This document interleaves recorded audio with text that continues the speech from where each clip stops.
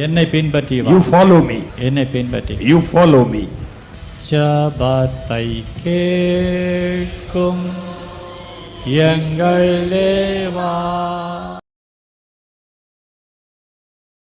கன்னிகை கர்ப்பவதியாகி ஒரு குமாரனை பெறுவாள்.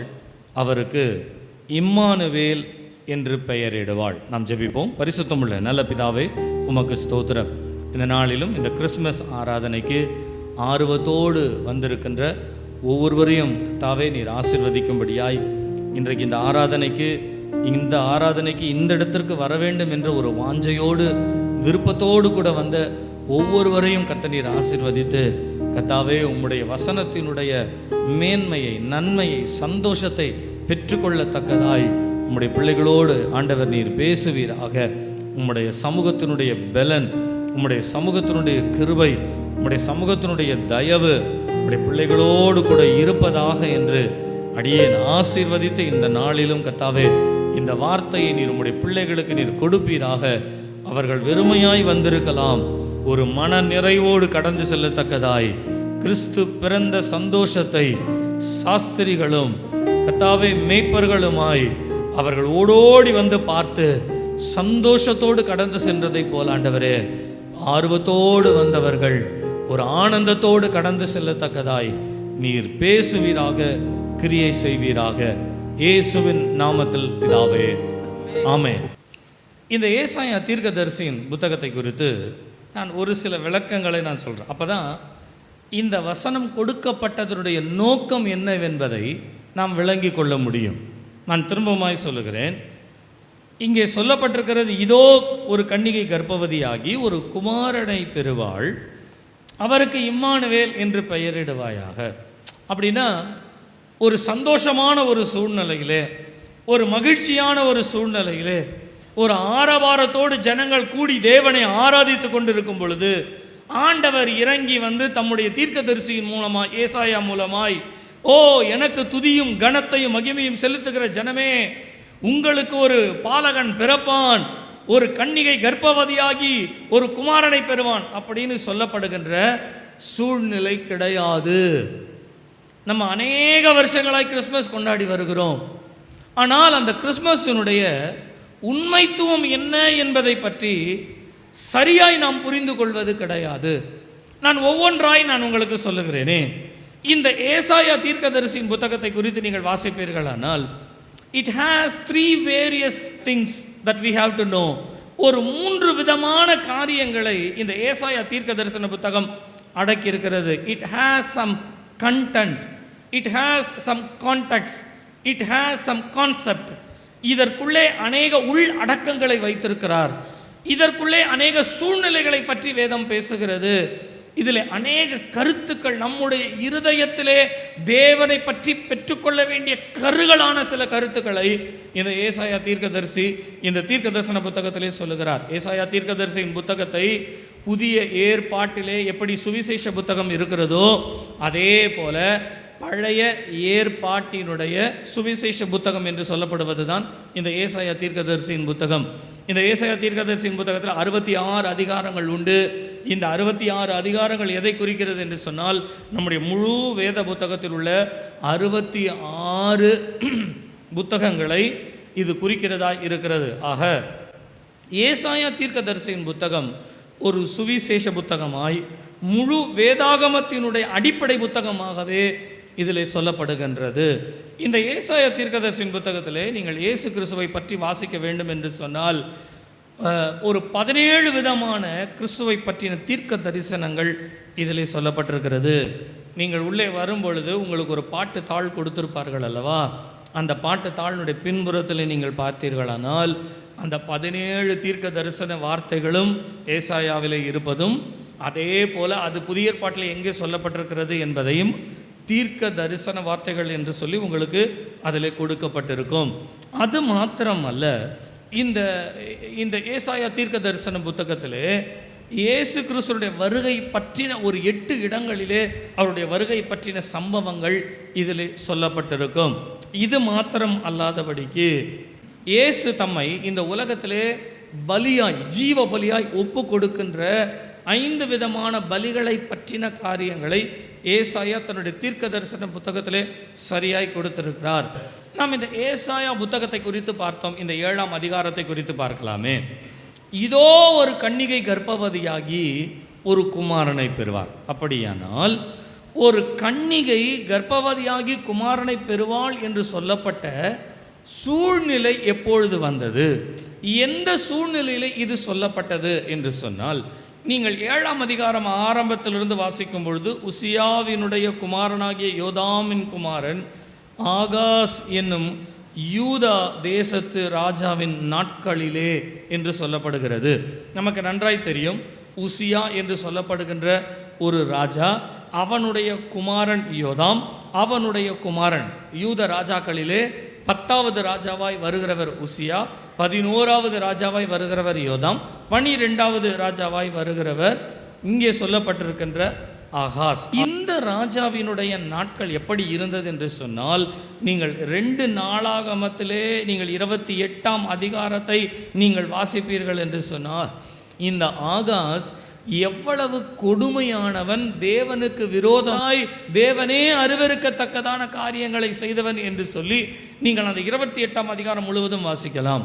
கவனிங்க, தேவனை பின்பற்றாத ஒரு ஜனங்கள் மத்தியிலே தேவனை அறிந்திருந்தோம், அவரை அறியாதவர்களைப் போல வாழுகின்றவர்கள் ஒரு மத்தியிலே, அந்த ஒரு சூழ்நிலையின் மத்தியிலே ஒரு பிரச்சனை வருகிறது. என்ன பிரச்சனை என்று சொன்னால், சீரியாவும் இஸ்ரவேலரும் இணைந்து வருகிறார்களாம் இந்த யூதாவை எதிர்ப்பதற்காக.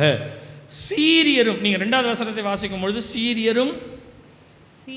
சீரியர் எப்பிராயீமை சார்ந்திருக்கிறார்கள் என்று தாவீதின் குடும்பத்துக்கு அறிவிக்கப்பட்ட போது, அப்படியானால் இந்த எப்பிராயீமர் யார் அப்படின்னு சொன்னா இஸ்ரவேலரை தான் எப்பிராயீமர் என்று சொல்லப்படுகின்றது.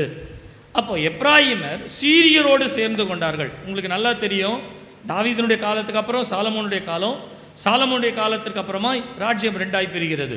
ஒன்று யூதா ராஜ்யம் என்று, மற்றொன்று இஸ்ரவேல் ராஜ்யம் என்று. ஆனால் 2மே தேவனை வணங்குகிறவர்கள் தான், தேவனை பின்பற்றுகிறவர்கள். ஆனால் இஸ்ரவேலர் எதிரிகளாய் இருக்கிற சீரியரோடு கூட சேர்ந்து கொண்டு யூதாவை எதிர்க்க வருகிற காலம் அது. இப்போ யூதர்களுக்கு என்ன பிரச்சனை அப்படின்னு சொன்னா, சீரியர்கள் எதிர்த்து வந்தால் நம்ம சண்டை போட்டு நம்ம ஜெயிக்கிறதுக்கு ஏதாவது ஒன்று பண்ணலாம்.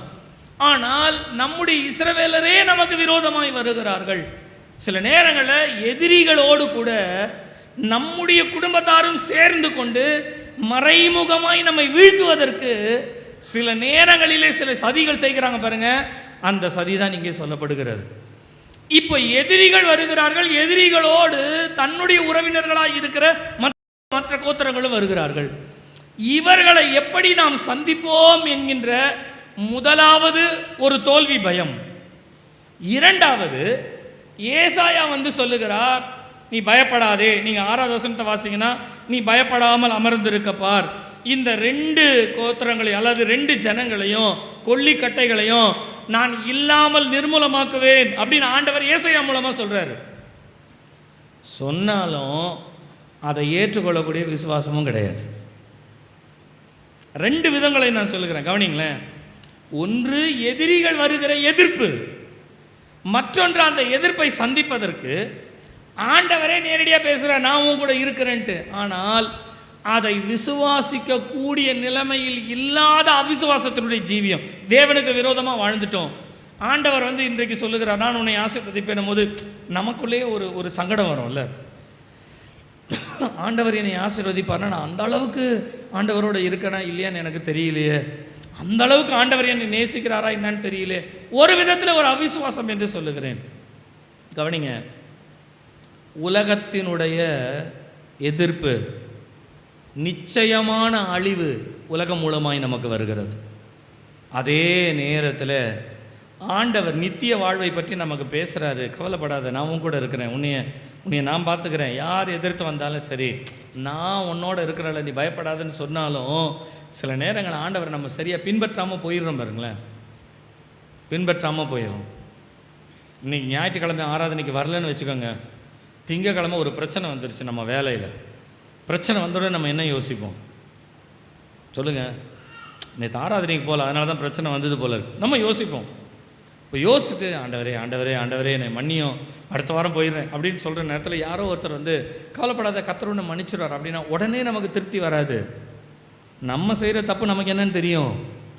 அப்போது தேவனுடைய வார்த்தையை ஏற்றுக்கொள்ளக்கூடிய முழு விசுவாசமும் ஒரு பக்கம் இல்லை, இன்னொரு பக்கம் நீங்கள் உலகத்தினுடைய தோல்வியை சந்திக்க வேண்டிய ஒரு பயமும் வந்துருச்சு. இவைகளின் நடுவே யூதா ஜனங்கள் இருக்கும் பொழுது தான் ஏசாயா தீர்க்கதரிசி ஒரு தீர்க்க தரிசனத்தை சொல்லுகிறார். ஆண்டவர் தாமே உங்களுக்கு ஒரு அடையாளத்தை கொடுப்பார். அல்லேலூயா, அல்லேலூயா. அப்படி இந்த காலை நேரத்தில் நீங்கள் தேவ சமூகத்திற்கு வந்தவர்கள், நீங்கள் தேவனை சரியான விசுவாசத்தோடு பின்பற்றாதவர்களாக இருக்கலாம். தேவன் வேதத்திலே நமக்கு எவைகளை முன்குறித்து சொல்லுகிறாரோ அதை பின்பற்றாதவர்களாய் சில வேளைகளிலே அந்நிய தெய்வங்களை பின்பற்றுவதும் அந்நிய காரியங்களிலே நாம் ஈடுபடுவதும் புறஜாதியார் தேவனை அறியாதவர்கள் கொண்டாடுகிற கொண்டாட்டத்திலே நாமும் கலந்து கொள்வதும் என்று சொல்லி நிறைய காரியங்களை கத்தரை விட்டு பின்மாற்றத்துக்கு போகிற மாதிரி நம்முடைய வாழ்க்கையில் வந்திருக்கலாம். இப்போ ஒரு பெரிய பிரச்சனை வந்துருச்சு. இந்த பிரச்சனையில் நல்லாவே தெரியும் நம்மளும் சரியில்லை, ஆண்டவரும் நம்ம கூட இருப்பாரா என்னன்னு தெரியலை, ஆண்டவரை இருக்கிறாரா என்னன்னு தெரியல. அதே நேரத்தில் உலகத்தினுடைய ஒரு பெரிய பிரச்சனை நமக்கு வருகிறது. எதிர்ப்பு, வாக்குவாதம் என்று சொல்லி நம்மோடு கூட நம்மை தள்ளும்படியாய் விழத்தள்ளும்படியாய் ஒரு போராட்டம் வருகிறது. ஆண்டவரையும் பிடிக்க பலன் இல்லை, எதிரியும் சந்திக்க பலன் இல்லை. இதன் மத்தியிலே தான் ஏசாயா சொல்லுகிறார், கர்த்தர் தாமே உங்களை காப்பாற்றும்படிக்கு ஒரு அடையாளத்தை கொடுப்பார். அல்லேலூயா, அல்லேலூயா. உங்களுக்கு விசுவாசம் இல்லாமல் இருக்கலாம், உங்களுக்கு நம்பிக்கை இல்லாமல் இருக்கலாம், ஒருவேளை நீங்கள் இருக்கிற நிலைமையை பற்றி உங்களுக்குள்ளேயே ஒரு தைரியம் இல்லாமல் இருக்கலாம். ஆனால் கிறிஸ்மஸ் என்று சொல்லப்படுவது என்னவென்று சொன்னால், உங்களுக்கு இல்லாத தைரியத்தை ஆண்டவர் உருவாக்குவதற்காக யாரோ ஒருவரை அனுப்பி அல்ல, ஏதோ ஒரு தைரியத்தை உங்களுக்கு கொடுத்து நீ தைரியமாக இரு என்று சொல்வதல்ல. உங்களுக்காக ஒரு குமாரன் பிறப்பார், அவருடைய பெயர் இம்மானுவேல் என்று சொன்னால், இம்மானுவேல் என்றால் தேவன் நம்மோடு கூட இருக்கிறார் என்று அர்த்தம். அப்படியானால் உங்களுக்கு இந்த காலை நேரத்தில் கர்த்தர் ஒரு அடையாளத்தை கொடுக்கிறார். என்ன தெரியுங்களா? கர்த்தரே உங்களோடு கூட இருக்க போகிறார். அல்லேலூயா. எத்தனை பேர் விசுவாசிக்கிறீங்க? எத்தனை பேர் விசுவாசிக்கிறீங்க? கர்த்தர் என்னோட கூட இருக்க போகிறார். சில நேரங்களில் டாக்டரை நம்பிட்டு உட்காந்துட்டு இருக்கீங்கள, டாக்டர் இருக்கார், அவர் பார்த்துக்குவார், அதான் அவர் சொல்லிட்டார்ல சரியாயிரும், அதான் அவர் பார்த்துட்டார்ல சரியாயிரும், அதுதான் நமக்கு வழி இருக்குதுல்ல, இவங்கள பார்த்தோம்ல அவங்கள பார்த்தோம்ல சரியாயிரும். நீங்கள் யாரை போய் பார்த்தாலும் முட்டு சந்தில் தான் வந்து நிற்கணும். ஆனால் முட்டு சந்திலேருந்து உங்களை காப்பாற்றுறதுக்கு ஒருத்தர் உங்களோட கூட இருக்கணுன்றதை நினச்சிக்கோங்க. நீங்கள் எந்த நிலைமையில் இருந்தாலும் இந்த காலை நேரத்தில் கர்த்தர் உங்களோடு கூட சொல்லுகிறார். அவர் பிறந்தார் என்ற செய்தி உங்களுக்கு எதற்காக என்று சொன்னால், அவர் உங்களோடு கூட இருப்பார் என்பதுதான் செய்தி. அல்லேலூயா, அல்லேலூயா.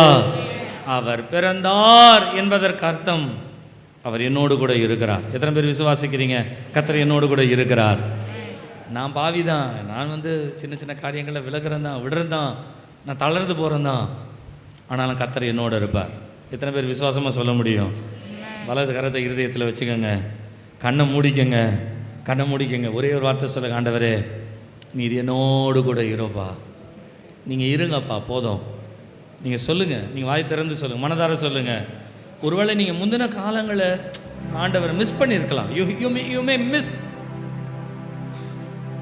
You may missed, but God never missed you. நீங்கள் அவரை விட்டிருக்கலாம், ஆனால் அவர் உங்களை விடவில்லை.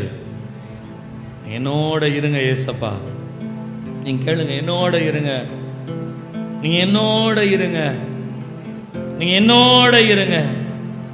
எத்தனை பேர் உண்மையாக கேட்க முடியும்? நீங்கள் உண்மையாக கேட்டு பாருங்களேன். இந்த கிறிஸ்மஸ் ஆராதனைக்கு வந்துட்டு நீங்கள் வீட்டுக்கு போனதுக்கு பின்பு உங்கள் காரியங்களை எந்த எதிரி, எந்த உலகம், எந்த பிரச்சனை, எந்த பிசாசு வந்தாலும் சரி, யார் வந்தாலும் சரி, நான் சந்தோஷத்தோடு கூட சொல்லுகிறேன், நமக்கு ஒரு தைரியம். கர்த்தர் என்னோடு இருக்கிறார், அவர் என்னோடு கூட இருக்கிறார், அவர் என்னோடு கூட இருக்கிறார், அவர் என்னோடு கூட இருக்கிறார். நேற்றைய துயரமெல்லாம் இன்றே மறைந்ததையா,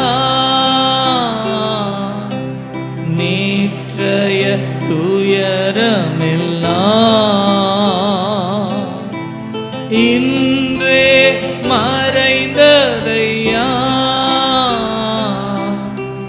நிம்மதி பிறந்ததையா, அது நிரந்தரமான ஐயா, நிம்மதி பிறந்ததையா, அது நிரந்தரமான ஐயா. எத்தனை பேர் விசுவாசத்தோடு சொல்ல முடியும்? இன்றைக்கு ஆண்டவர் என்னோடு கூட இருக்கிறேன் என்று வாக்கு பண்ணியிருக்கிறார். நான் ஒரு அடையாளத்தை கொடுப்பேன். ஒரு கன்னிகை கர்ப்பவதி ஆகி ஒரு குமாரனை பெறுவாள். அவருடைய பெயர் இம்மானுவேல். உனக்கு கொடுக்கப்படுகிற அடையாளம் என்னவென்று சொன்னால், இந்த கிறிஸ்மஸ் ஆராதனையிலே கர்த்தர் உன்னோடு கூட இருப்பது தான் அடையாளம். கர்த்தர் உன்னோடு இருப்பது அடையாளம். கர்த்தர் என்னோடு இருப்பது தான் அடையாளம். எந்த சத்துரு எதிர்த்து வந்தாலும், என்னுடைய சொந்த குடும்பமே என் சத்துருவோடு கூட சேர்ந்து கொண்டு என்னை வீழ்த்தும்படியாய் எதிர்த்து வந்தாலும், கர்த்தர் எனக்கு ஒரு அடையாளத்தை கொடுக்கிறார். எனக்கு ஒரு அடையாளத்தை கொடுக்கிறார். ஓ ரகபலா தன சந்தலா கபா ரிபலா தரபலா. ஓ எனக்கு ஒரு அடையாளத்தை கொடுக்கிறார். எனக்கு ஒரு அடையாளத்தை கொடுக்கிறார். எனக்கு ஒரு அடையாளத்தை கொடுக்கிறார். எனக்கு ஒரு அடையாளத்தை கொடுக்கிறார். அந்த அடையாளத்தை இன்றைக்கு நான் பெற்றுக்கொள்ள போகிறேன். கர்த்தர் என்னோடு கூட இருக்க போகிறார். கர்த்தர் என்னோடு கூட இருக்க போகிறார். விசுவாசிக்கிறீங்களா? என்னோடு கூட இருக்க போகிறார். என்னோடு கூட கர்த்தர் இருக்க போகிறார். ஹல்லேலூயா, ஹல்லேலூயா. நீர் என்னோடு இருக்கும்போது என்னாலும் வெற்றி வெற்றியே. நீர் என்னோடு இருக்கும்போது என்னாலும் வெற்றி வெற்றியே. தோல்வி எனக்கில்லையே, நான் தோற்று போவதில்லையே. தோல்வி எனக்கில்லையே, நான் தோற்று போவதில்லையே. நீ என்னோடு இருக்கும்போது நாளும் வெற்றி வெற்றியே.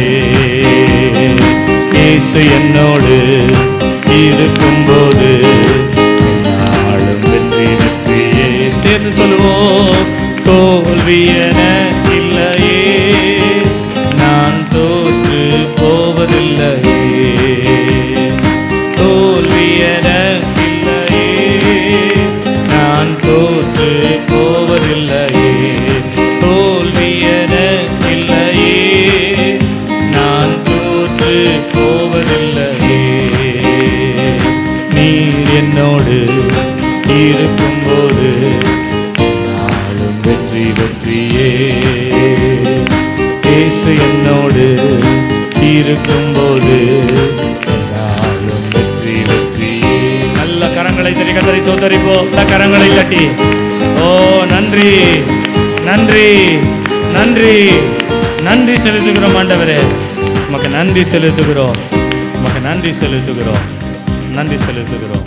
இயேசுவின் நாமத்தில் பிதாவே, ஆமென், ஆமென். உலகத்தினுடைய எதிர்ப்பு, தேவனோடு ஐக்கியம் இல்லாத ஒரு வாழ்க்கை. எதிர்ப்பை சந்தித்தால் தோல்விதான் கிடைக்கும் என்று தெரியும்.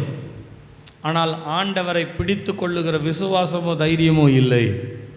ஆண்டவர் இந்த காலை நேரத்திலே சொல்லுகிறார், நான் உன்னோடு கூட இருப்பது உனக்கு ஒரு அடையாளமாய் கொடுக்கிறேன். அல்லேலூயா, அல்லேலூயா.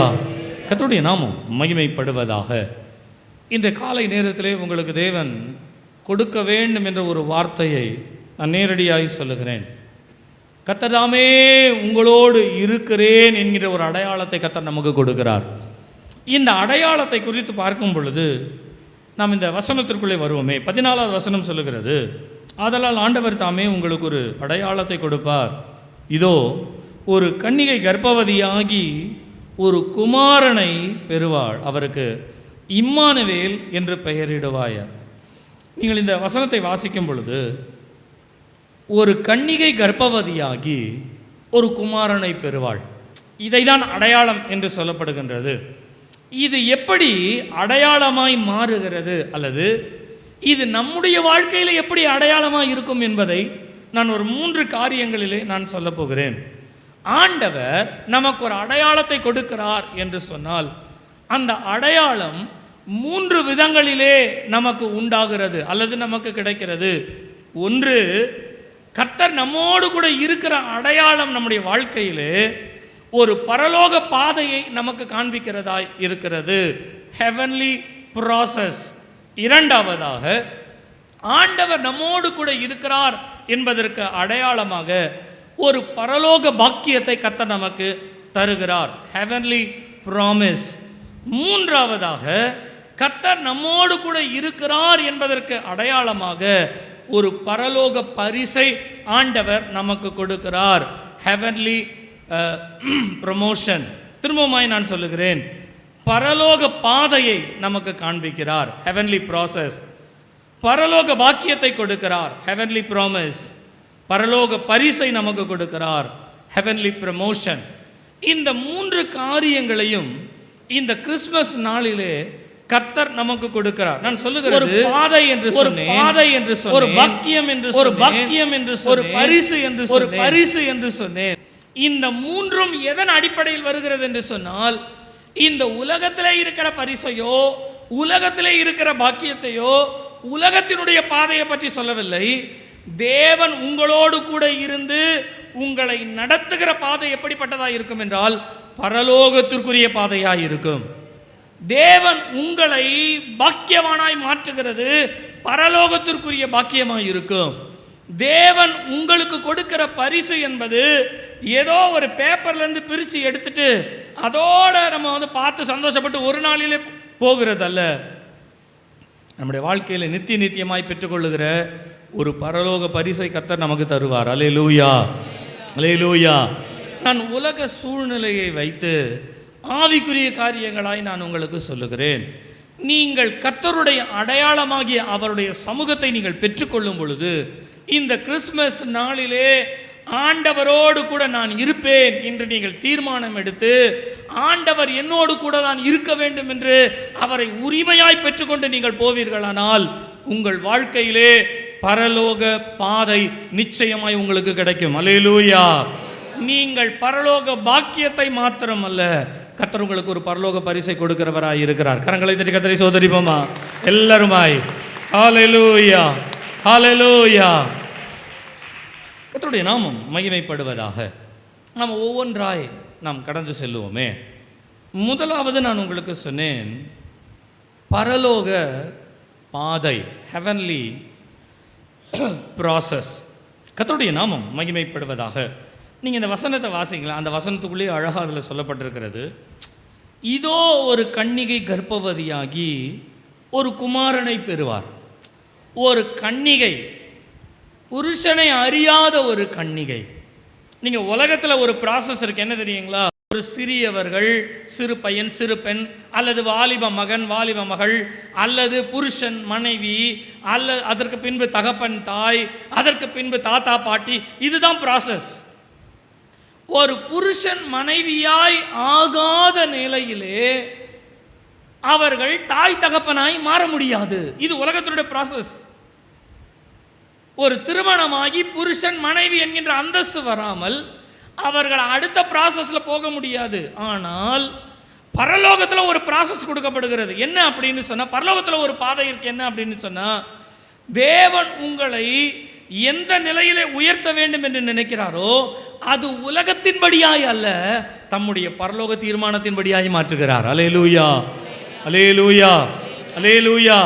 நான் உங்களுக்கு அதை புரியும்படியாய் சொல்லுகிறேனே. நீங்கள் வேதத்தில் வாசிக்கும் பொழுது நிறைய பேருடைய வாழ்க்கை நமக்கு முன்மாதிரியாக இருக்கிறது. அதில் ஒரு மாதிரி யோபு எடுத்துக்கொள்வோமே. யோபு தன்னுடைய வாழ்க்கையில் எல்லாவற்றையும் இழந்து போனார்.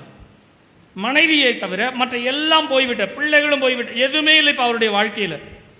இப்போ அவருடைய வாழ்க்கையில் கடைசி அவர் என்ன ஜெபிக்கணும்னு சொன்ன, ஆண்டவரே எல்லாமே என்னை விட்டு போயிருச்சு, இனிமேல் நான் மாத்திரம் என் உயிரோடு இருக்கணும், நானும் சாகுறேன். சில நேரங்களில் நம்ம கூட அப்படிதான், நானும் சாகுறேன், நீங்கள் நைட்டே செத்தா நல்லாயிருக்கும், எதையா இல்லை பண்ணிக்கிட்டு செத்தா நல்லாயிருக்கும், எங்கேயாவது போய் விழுந்தா செத்தா நல்லாயிருக்கும்.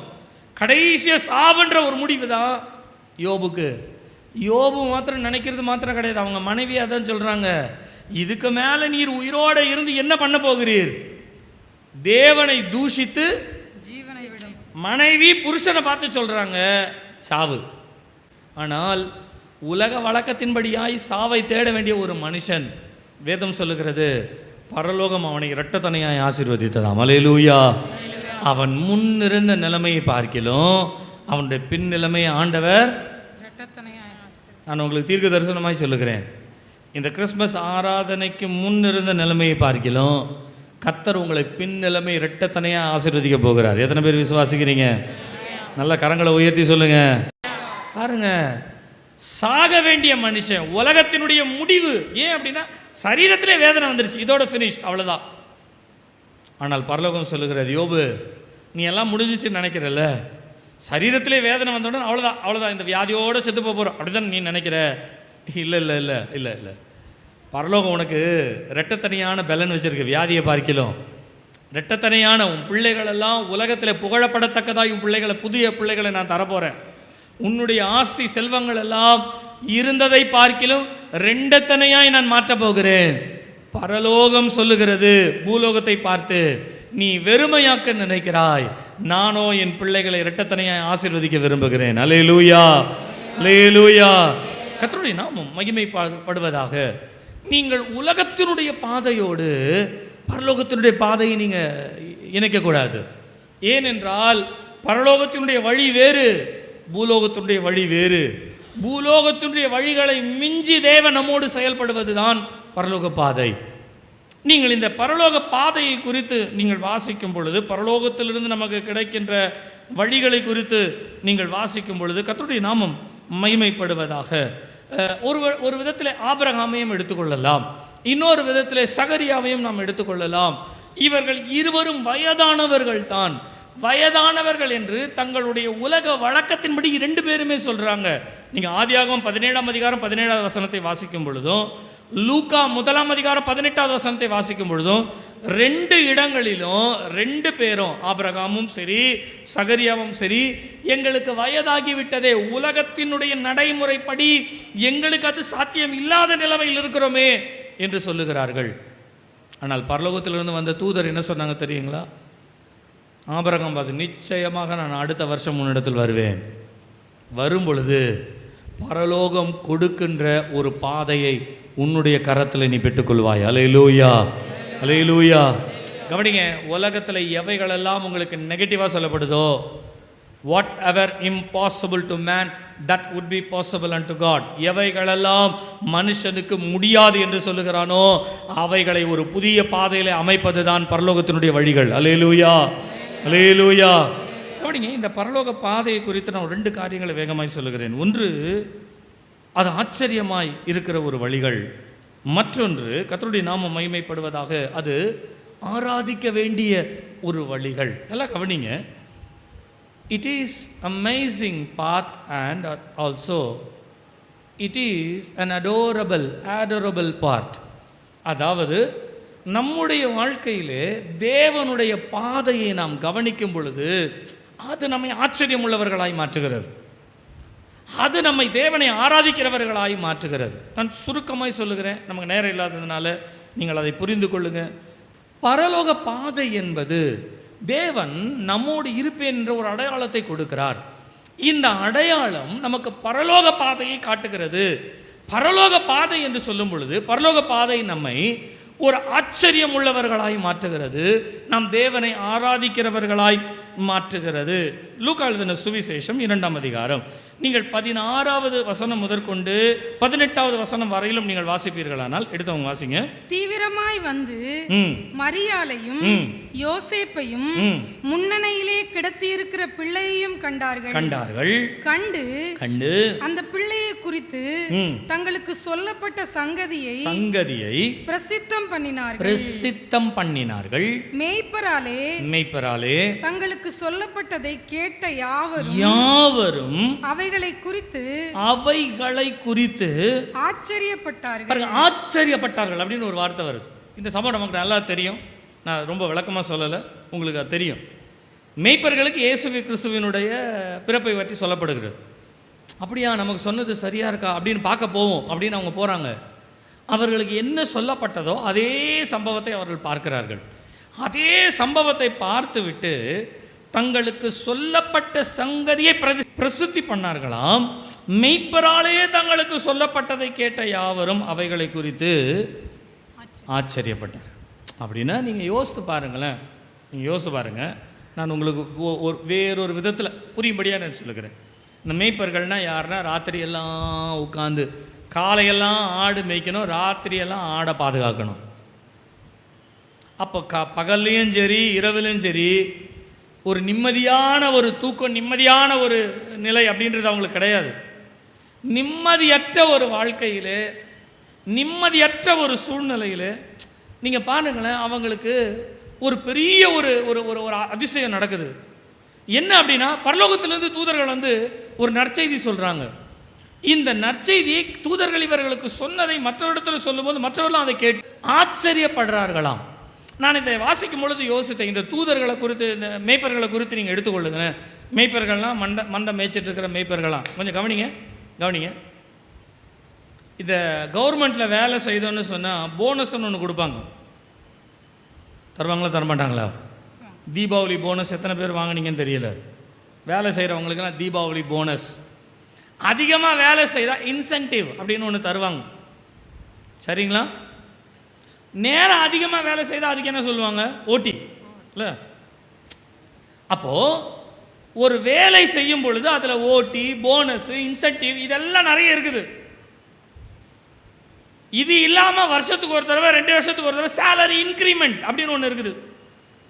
ஒரு வேலை இல்லைன்னா கர்த்தர் தருவார். ரொம்ப சோகமாக இருக்காதீங்க. இதெல்லாம் ஒரு வேலை இல்லை. ஆனால் மந்த மேய்க்கிறவங்களுக்கு நீங்கள் சொல்லுங்கள், யார் இன்சென்டிவ் கொடுப்பா?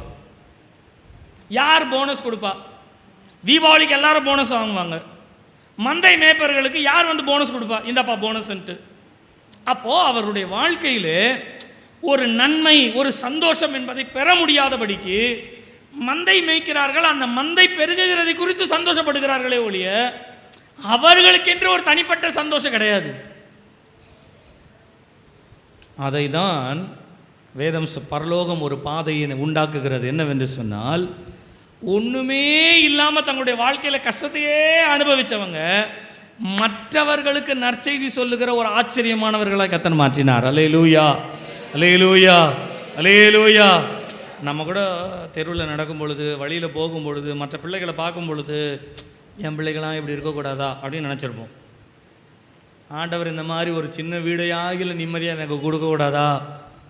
ஒரு வாடகை வீட்டில் நிம்மதியாக இருக்கிறதுக்கு வாடகை வீடு கொடுக்கக்கூடாதா? என் குடும்பம், இந்த குடும்பம்லாம் எவ்வளோ அமைதியாக இருக்குது, இந்த மாதிரி ஒரு அமைதியான குடும்பம் என் குடும்பம் இருக்காதா? ஒரு நாள் ஒரு ஒரு ஒரு நன்மையை அடைய முடியாதபடிக்கு நான் வெறுமையாக இருக்கிறேனே. இந்த காலை நேரத்தில் பரலோகத்தினுடைய பாதை சொல்லுகிறது, உங்களையும் சாட்சியாய் மாற்றுவதற்கு பரலோகத்திலிருந்து ஒரு ஆச்சரியம் காத்திருக்கிறது. அல்லேலூயா.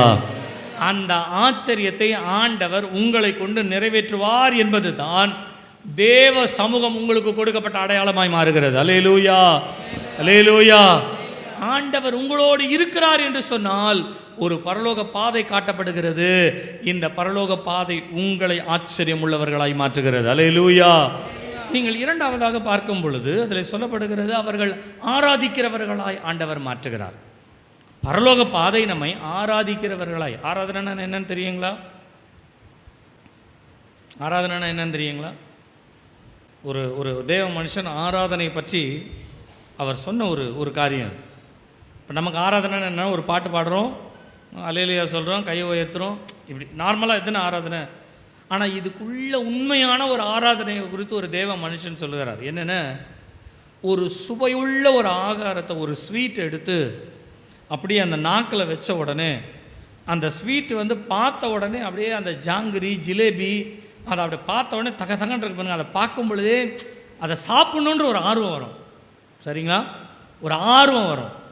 ரெண்டாவது, அந்த ஆர்வத்தில் அதை எடுத்து அப்படி சுவைக்கும் பொழுது நம்மளை அறியாமலேயே எல்லாத்தையும் மறந்து அந்த சுவையினுடைய டேஸ்ட்டுக்குள்ளே போயிடுவோம். நம்ம கொஞ்சம் யாராவது டிஸ்டர்ப் பண்ண கொஞ்சம் சும்மா இருங்க, சாப்பிட்டுட்டு இருக்கேன்ல, இதையாவது நிம்மதியாக சாப்பிட விடுங்க அப்படின்ற மாதிரி அதற்குள்ள ஒரு டேஸ்ட்டு.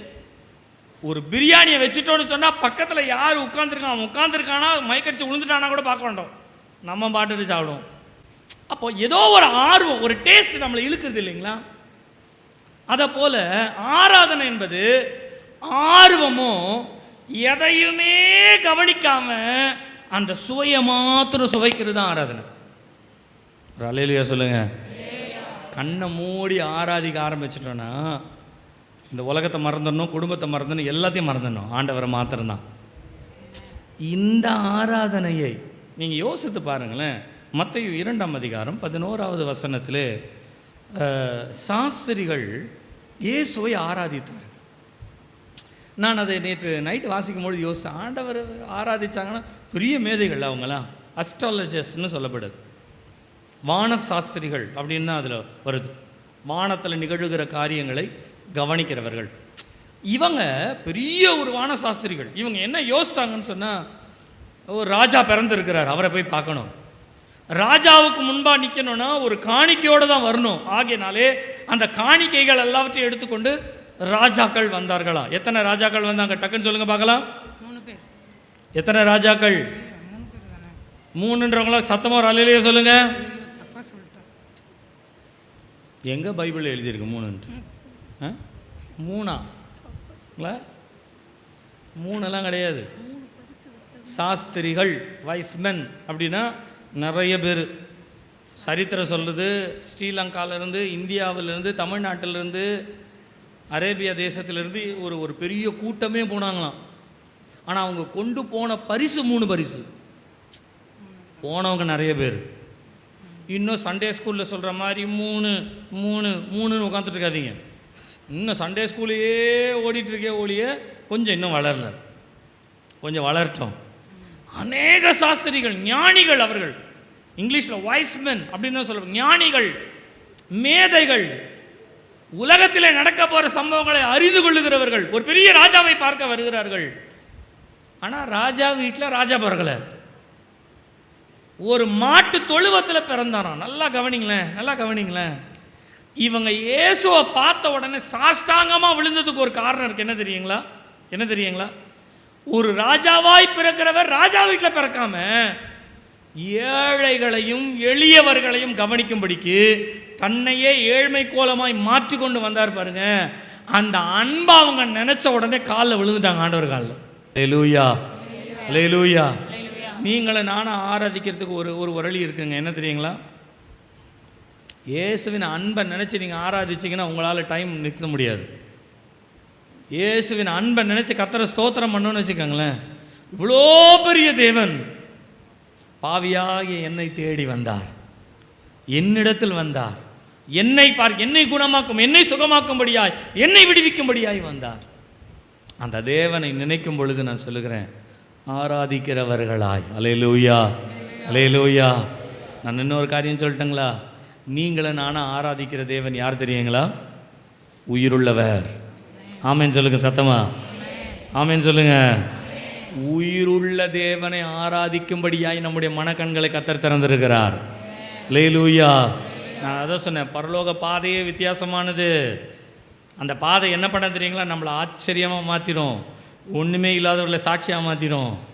அதே நேரத்தில் உண்மையுள்ள தேவனை ஆராதிக்கிற ஆராதனையினுடைய உள்ளான ஆழத்தை நமக்கு கற்றுக் கொடுக்கும். அல்லேலூயா, அல்லேலூயா.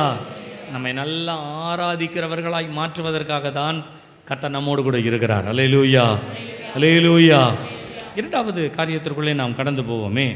ஏசாயா 7ஆம் அதிகாரம் 14வது வசனத்தை நீங்கள் வாசிப்பீர்களானால், நான் முதலாவது சொன்னேன், பரலோக பாதை, கர்த்தர் நம்மோடு இருக்கிறார் என்றால் பரலோக பாதையை நமக்கு கொடுப்பதற்கு.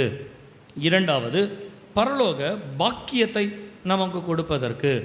நீங்கள் யோசித்து பாருங்களேன், இந்த வசனத்தை வாசிக்கும் பொழுது ஒரு கன்னிகை கர்ப்பவதியாகி ஒரு குமாரனை பெறுவார். பெறுவாள்.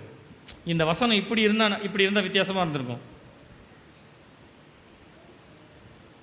கன்னிகைகள் கர்ப்பவதியாகி அப்படின்னு போட்டிருந்தா என்ன இருக்கும்? எல்லாருக்குமே கிடச்சிருக்கும் அது இல்லை.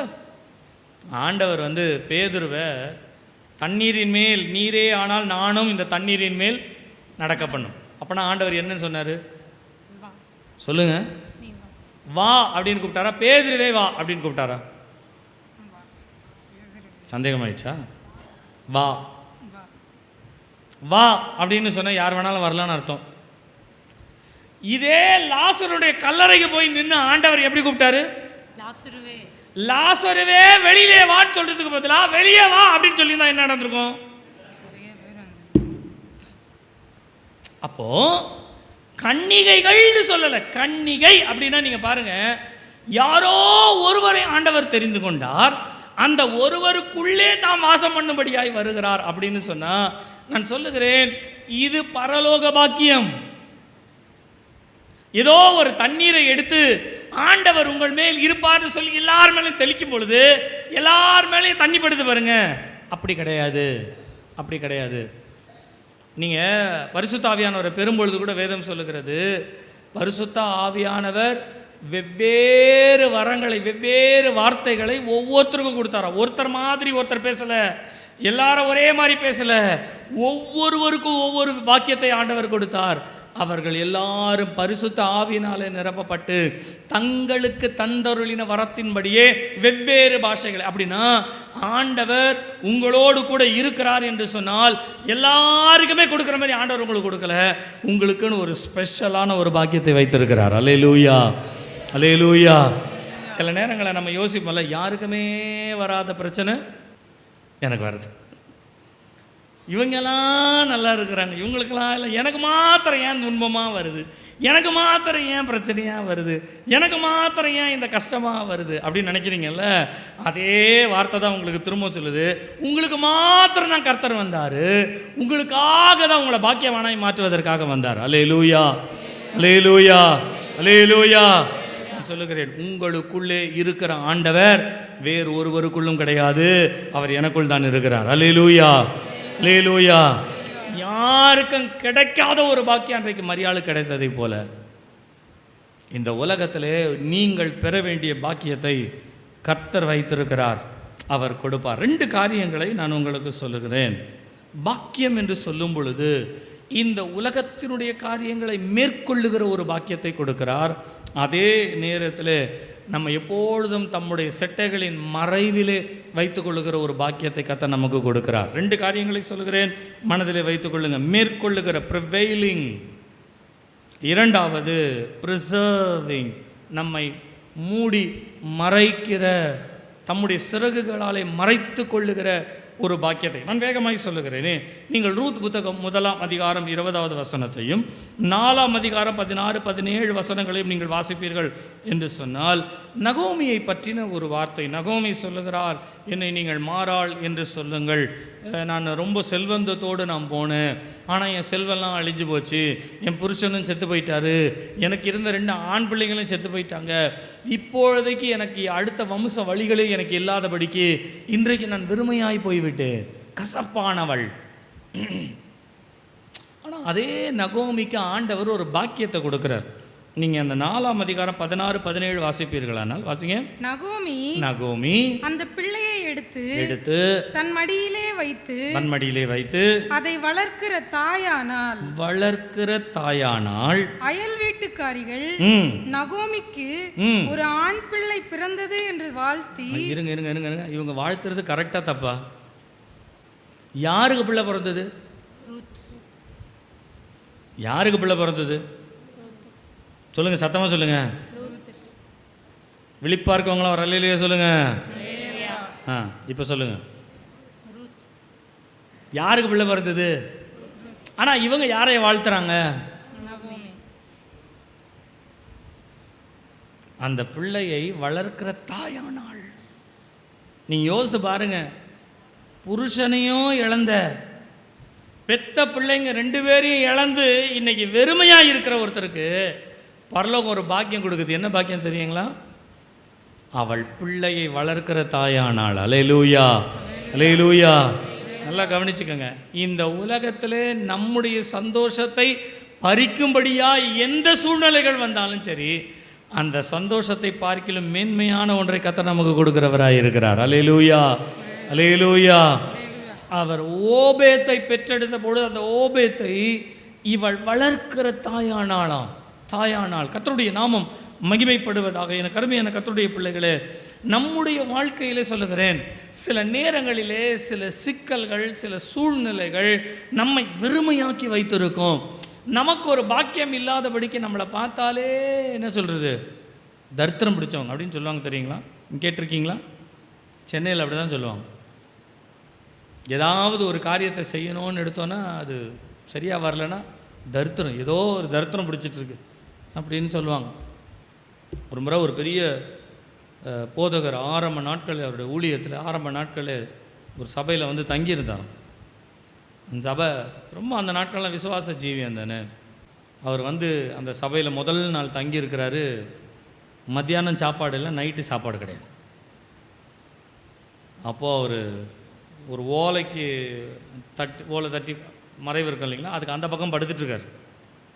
இந்த பக்கத்தில் 2 பேர் பேசுகிறாங்களாம். என்ன பேசுனாங்கன்னா, இந்த தரித்திரம் பிடிச்சவன் வந்ததுனால தான் நமக்கு கிடைக்கிற கஞ்சம் கிடைக்காம போயிருச்சுன்னாங்க.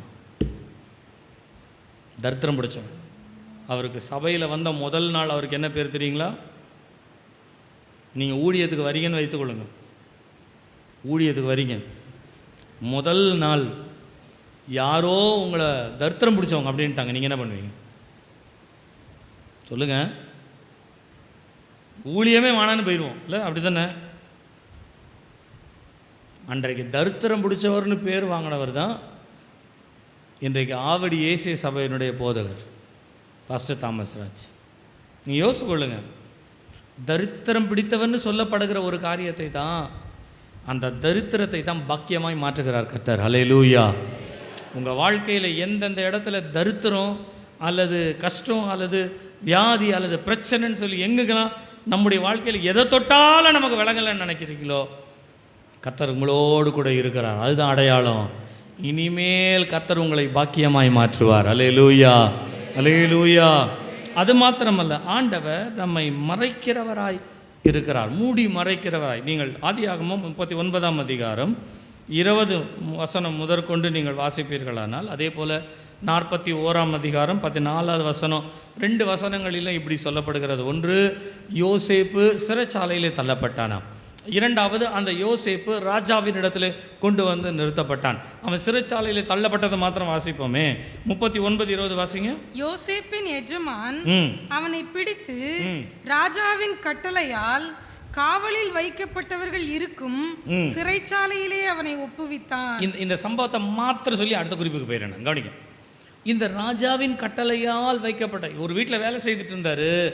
அந்த வீட்டு அம்மா வந்து தந்திரம் பண்ணி அவனைய வந்து ஒரு வழி பண்ணிருச்சு. இப்போ இவர் தன்னை காப்பாற்றிக்கிறதுக்கு வழி இல்லை. அந்த எஜமான் என்ன பண்ணாராம், ராஜாவினுடைய கட்டளையினால் வைக்கப்படுகிற அப்படின்னா ராஜ துரோகம் யார் பண்ணாங்களோ அவர்களை வைக்க வேண்டிய ஒரு சிறைச்சாலையில் வைச்சாச்சு. அப்படின்னா அந்த சிறைச்சாலையை விட்டு வெளியில் வரணும்னா ராஜாவினுடைய மனசு மாத்திரம்தான் மாறணுமே ஒழிய வேற யாரும் கொண்டு வர முடியாது வெளியில். இப்போ நீங்கள் சொல்லுங்க, இந்த யோசேப்பு ராஜாவுக்கு என்ன தீமை செய்தான்? போர்த்திபாருடைய வீட்டில் தான் வேலை செய்தான். ஆனால் வைக்கப்பட்ட இடம், சில நேரங்களில் நம்ம சின்ன தப்பு பண்ணியிருப்போம், அல்லது சின்ன மிஸ்டேக் தான் பண்ணியிருப்போம், அல்லது மிஸ்டேக் பண்ணாமலே நம்முடைய வாழ்க்கையில் இருக்கும். மிஸ்டேக் பண்ணாமல் இருக்கிறவங்களுக்கு ஒரு தண்டனைன்னு வருது பாருங்களேன். அந்த தண்டனை கூட ரொம்ப மோசமானவங்களுக்கு கிடைக்க வேண்டிய தண்டனையாக இருக்கும். என்னை ஏன் ஆண்டவர் இந்த நிலைமையில கொண்டு வந்து வச்சுட்டாருன்னு தெரியல, நான் ஆண்டவருக்கு என்ன செய்தேன்னு தெரியல, இப்படிப்பட்ட சூழ்நிலை ஏன் எனக்கு வந்தது?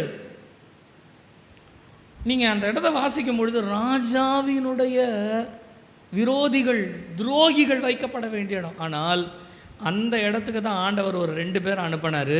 அவருடைய சொப்பனத்துக்கு பதில் சொன்னார். அந்த ஆளில் ஒரு ஆள் தான் ராஜா கிட்ட போய் சொன்னார். யோசேப்புன்னு ஒருத்தன் இருக்கிறான், சொப்பனங்களுக்கு அர்த்தம் சொல்லுகிறவன்.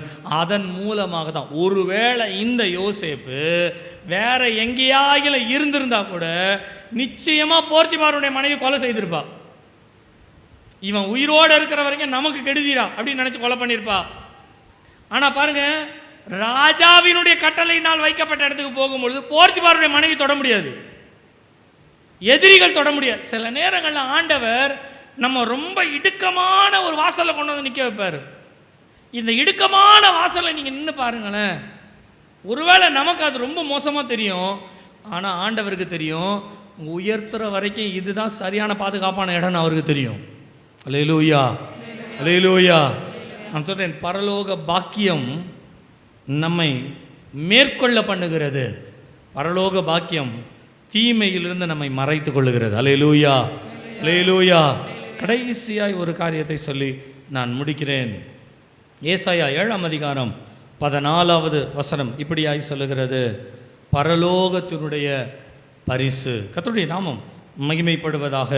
நான் முதலாவது சொன்னேன் பரலோக பாதை, இரண்டாவது பரலோகத்தின் பாக்கியம், மூன்றாவது பரலோகத்தினுடைய ஒரு பரிசு, ஹெவன்லி ப்ரமோஷன். நீங்கள் இந்த பகுதியை வாசிப்பீர்களானால், ஒரு கன்னிகை கர்ப்பவதியாகி ஒரு குமாரனை பெறுவாள். ஒரு கன்னிகை கர்ப்பவதியாகிறாள், குமாரனை பெறுவாள்னு சொல்லப்படுகிறது.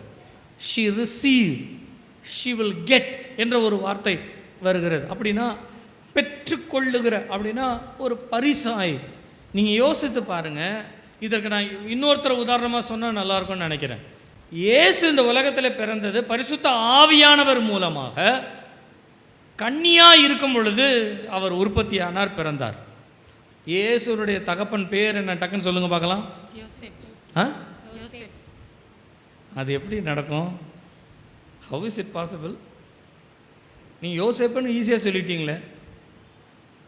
யோசேப்புக்கு பிறந்த பிள்ளையா இயேசு? கிடையாது, பரிசுத்த ஆவியானவரால். அப்போ பாருங்க, ஆண்டவர் யோசேப்பை கனப்படுத்துவதற்காக யோசேப்பை தன்னோடு கூட சேர்த்து கொண்டார். இந்த யோசேப்பு மரியாளை தள்ளிவிட நினைத்தார். ஆனால் யோசேப்பு கிட்ட வந்து சொன்னார், யோசேப்பு யோசேப்பு அப்படி செய்யாத, அது பரிசுத்த ஆவியினால் உண்டானது, நீ அவளை சேர்த்துக்கொள் அப்படின்னு சொன்னார்.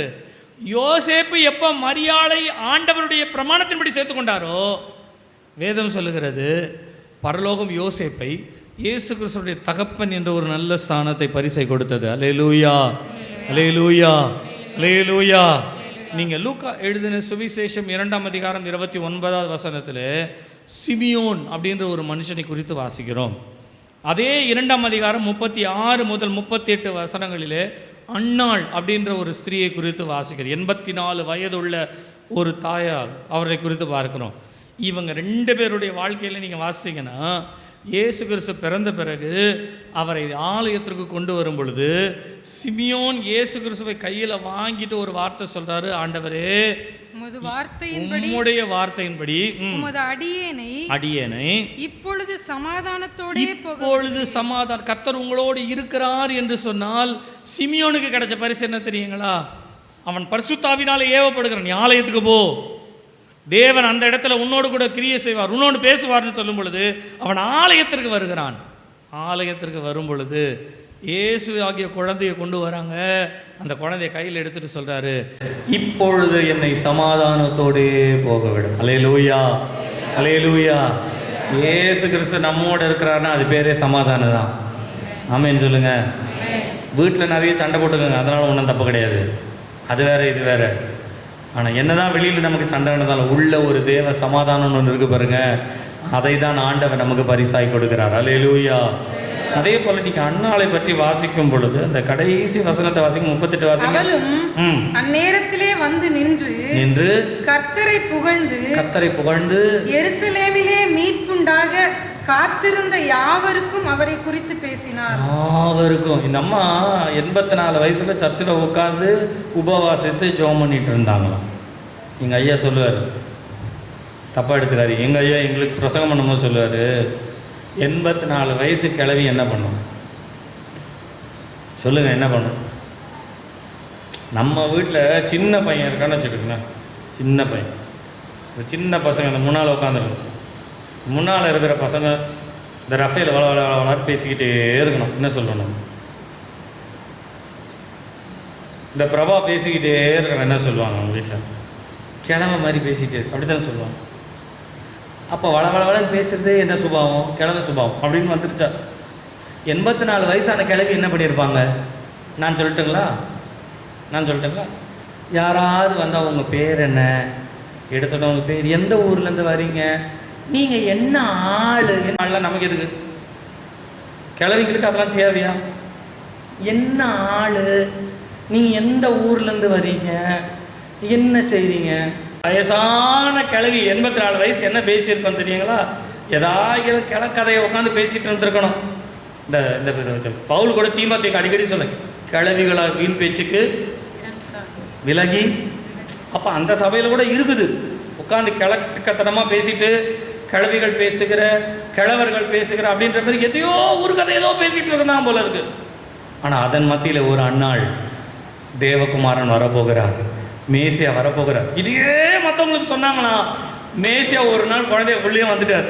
அப்போ அந்த அம்மாவுக்கு எவ்வளோ சாட்சி பாருங்களேன், எவ்வளோ சந்தோஷம் இருக்கும். தங்களுடைய மனதில் ஒரு பெரிய சந்தோஷத்தோடு அநேகருக்கு அவரை குறித்து அவர்கள் சொன்னார்களாம். அவங்க எந்த காரியத்தை ஆண்டவரை பற்றி பேசுகிறாங்களோ அந்த நிறைவேறுதலை அவர் கண்கள் காணும்படியான ஒரு சந்தோஷத்தை கொடுத்தார். நான் கடைசியாக சொல்லுகிறேன், பரலோக பரிசு என்று சொன்னால் சிமியோனுக்கு கிடைத்த ஒரு சமாதானம், அன்னாளுக்கு கிடைத்த ஒரு சந்தோஷம் இன்றைக்கு உங்களுக்கும் எனக்கும் கிடைப்பதாக. அல்லேலூயா, அல்லேலூயா, அல்லேலூயா. இந்த காலை நேரத்தில் கர்த்தர் உங்களோடு கூட பேசுவாராக. பரலோகத்தினுடைய பாதை, பரலோகத்தினுடைய பாக்கியம், பரலோகத்தினுடைய பரிசு, இந்த 3 காரியங்களையும் ஆண்டவர் கொடுப்பார். போகும்போது நினச்சிக்கோங்க, பரலோகத்திலேருந்து எனக்கு பரிசு கிடைக்க போகுது. எத்தனை பேர் விசுவாசிக்கிறீங்க? பரலோகத்திலேருந்து எனக்கு ஒரு பாதையை கொடுக்க போகிறார். எத்தனை பேர் விசுவாசிக்கிறீங்க? பரலோகத்தினுடைய பாக்கியத்தை நான் பெற போகிறேன். அல்லேலூயா. எல்லா கரங்களை தட்டி கர்த்தரை ஸ்தோத்திரிப்போமா? எல்லாரும் கரங்களை தட்டி. ஆண்டவர் உங்களை எல்லாரையும் ஆசீர்வதிப்பாராக. இந்த கிறிஸ்மஸ் நாளிலும் இந்த ஆலயத்திற்கு இந்த நாளிலும் வந்த அநேகர், நீங்கள் புதிதாக வந்திருக்கிறீர்கள், அநேகர்கள் ஏற்கனவே வந்தவர்கள், நம்ம இன்றைக்கு சபைக்கு போவோம் அப்படின்னு ஆர்வத்தோடு வந்திருக்கீங்க. உங்கள் எல்லாருக்கும் இயேசு கிறிஸ்துவின் நாமத்தினாலே இம்மானுவேல் கர்த்தர் உங்களோடு கூட இருப்பாராக. அவர் பரலோகத்தினுடைய பாதையை தருவாராக, பரலோக பாக்கியத்தை தருவாராக, பரலோகத்தினுடைய பரிசை உங்களுக்கு தருவாராக. ஆமேன் சொல்லுங்க. ஆமேன். அல்லேலூயா, அல்லேலூயா. அன்பின் பிதாவே உமக்கு ஸ்தோத்திரம். இந்த காலை நேரத்திலும் இந்த கிறிஸ்மஸ் ஆராதனைக்காய் நன்றி செலுத்துகிறோம். நாங்கள் எல்லாரும் மகிழ்ச்சியோடு கூட உம்மை நோக்கி வந்தோம். மிகுந்த மகிழ்ச்சியோடு நாங்கள் திரும்பி செல்லுகிறோம். உலகம் காட்ட முடியாத ஒரு பாதையை, ஆச்சரியமான ஒரு பாதையை, நாங்கள் ஆராதிக்கிற ஒரு பாதையை ஆண்டவரே பரலோகம் எங்களுக்கு காண்பிக்க போகிற தயவுக்காய் நன்றி செலுத்துகிறோம். உலகம் கொடுக்க முடியாத ஒரு பாக்கியத்தை பரலோகம் எங்களுக்கு கொடுக்கும். உலகம் கொடுக்க முடியாத ஒரு பரிசை பரலோகம் எங்களுக்கு கொடுக்கும். இம்மானுவேல் கர்த்தர் என்னோடு கூட இருக்கிறார், கர்த்தர் என்னோடு கூட இருக்கிறார், கர்த்தர் என்னோடு கூட இருக்கிறார். கர்த்தர் உங்களோடு இருப்பாராக. ஒரு பாதத்தில் வந்த ஒவ்வொருவரையும் ஒப்பு கொடுக்கிறேன். பேராய் தனித்தனியாய் குடும்பமாய் இந்த கிறிஸ்மஸ் வாழ்த்து ஒவ்வொருவர் மேலும் பலிக்கட்டும் ஆண்டவரே, ஒவ்வொருவருக்கும் உண்டாகட்டும் ஆண்டவரே. தொடர்ந்து நடத்தும், காத்துக்கொள்ளும், பலப்படுத்தும். இயேசுவின் நாமத்தில் ஜெபம் கேளும் நல்ல பிதாவே. ஆமென், ஆமென். என் ஆத்துமாவே கர்த்தரை ஸ்தோத்திரி, என் முழு உள்ளமே அவருடைய பரிசுத்த நாமத்தை ஸ்தோத்திரி. என் ஆத்துமாவே கர்த்தரை ஸ்தோத்திரி, கர்த்தர் செய்த சகல உபகாரங்களையும் மறவாதே. ஆமென், ஆமென், ஆமென். என்னை பின்பற்றி வா. You follow me. என்னை பின்பற்றி. You follow me. ஜெபத்தை கேட்கும் எங்கள் தேவா.